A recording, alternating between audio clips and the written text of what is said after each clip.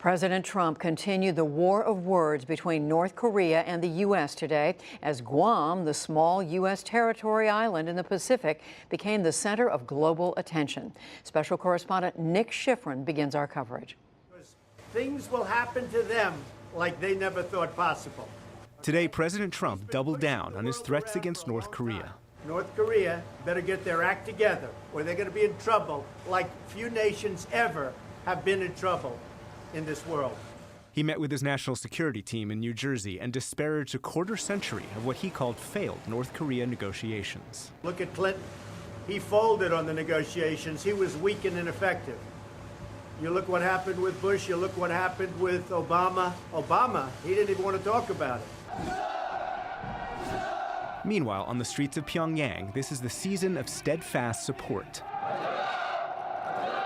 Tens of thousands of North Koreans, scripted and staged, pledge allegiance to leader Kim Jong-un as he faces off against what they call imperialist America. And the regime's mouthpiece, State TV, declared the President of the United States reckless.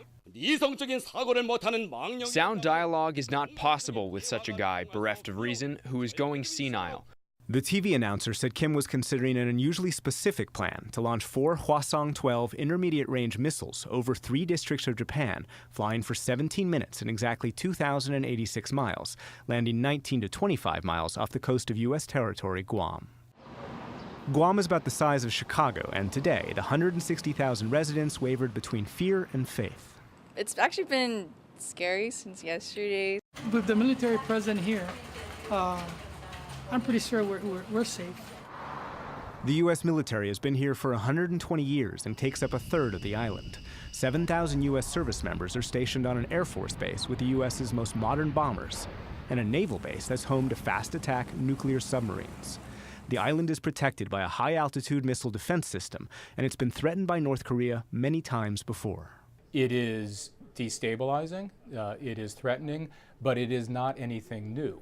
David Cohen was the deputy director of the CIA until last year. He says President Trump's rhetoric, they will be met with fire and fury, is music to Kim Jong-un's ears. The more that the President of the United States engages directly in a war of words with Kim Jong-un and with the North Korean regime, the more that they are able to use that to solidify and to justify their totalitarian regime.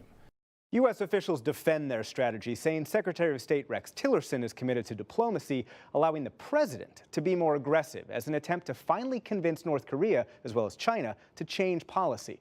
But that only works if everyone is on the same page. The difficulty in not having a coherent strategy is that the object of that strategy, whether it's North Korea or China for that matter, doesn't really understand what it is that you're trying to accomplish. Thank you. Thank you. And that means the rhetorical and the real tension continue to rise. For the PBS NewsHour, I'm Nick Schifrin. In a few moments, we will talk to the top Democrat on the Senate Foreign Relations Committee, Ben Cardin of Maryland, about the growing North Korean crisis.